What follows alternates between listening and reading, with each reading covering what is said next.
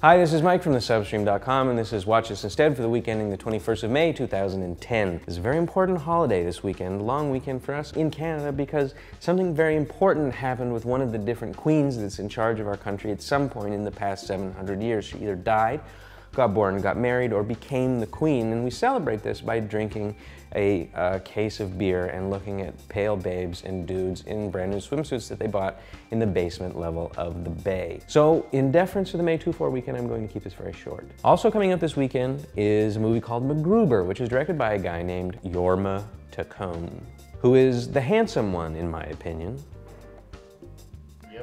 Of the three guys from the Lonely Island website, who then later, off the strength of their little digital movies that they made for the internet, went and worked for Saturday Night Live, where they made a bunch of really funny digital shorts for SNL. And Jorma Taccone, the handsome one, is directed, I think it's the first movie that he's directed, MacGruber, with Will Forte, who's one of the featured players on Saturday Night Live, who of course plays on SNL and in the movie version MacGruber, who was the legitimately very funny send-up of the absolutely ripe for parody, given that he hasn't been on TV for 15 plus years, MacGyver character.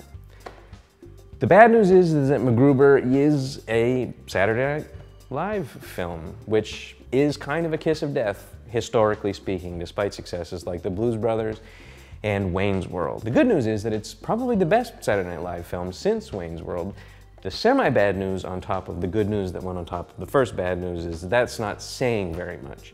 It's about 33% funnier than you'd think it would be, but that doesn't make it really like a 10 out of 10 or a 9 or an 8 or a 7, more like a 6.4 out of 10, which is like a solidly disposable, make you laugh, surprisingly funny Saturday Night Live movie. And what makes it work is that they were brave enough, or they got permission from the studio, which is kind of hard to get, I think, to make the movie a hard R. It's not for kids, and the MacGruber character of all the kind of theoretical Saturday Night Live movies is the one that's benefited the most from being turned into a movie for adults. MacGruber on Saturday Night Live is funny and bumbling.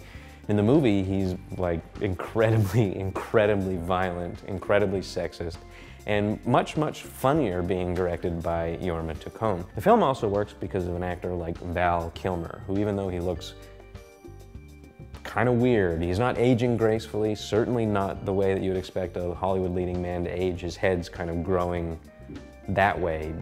He has it's like head, sideburns, and then another 4 inches of head, and then ears, which I don't even, I'm a person that has a big head. I don't understand the way, his head is some kind of hyper head, like a fifth 5-dimensional head at this point. But watching him is a pleasure, and you're reminded that he's actually a really good actor, and he's kind of got a really kind of sly, subtle sense of humor.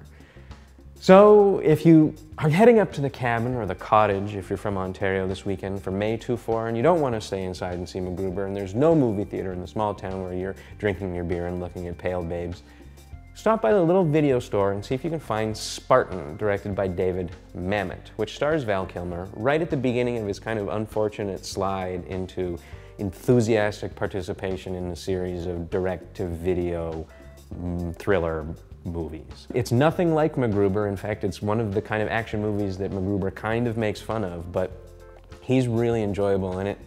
And Mamet directing an action movie makes it weird enough that it's really enjoyable in a kind of off-kilter way. Or go watch Willow, where he plays Mad Mardigan.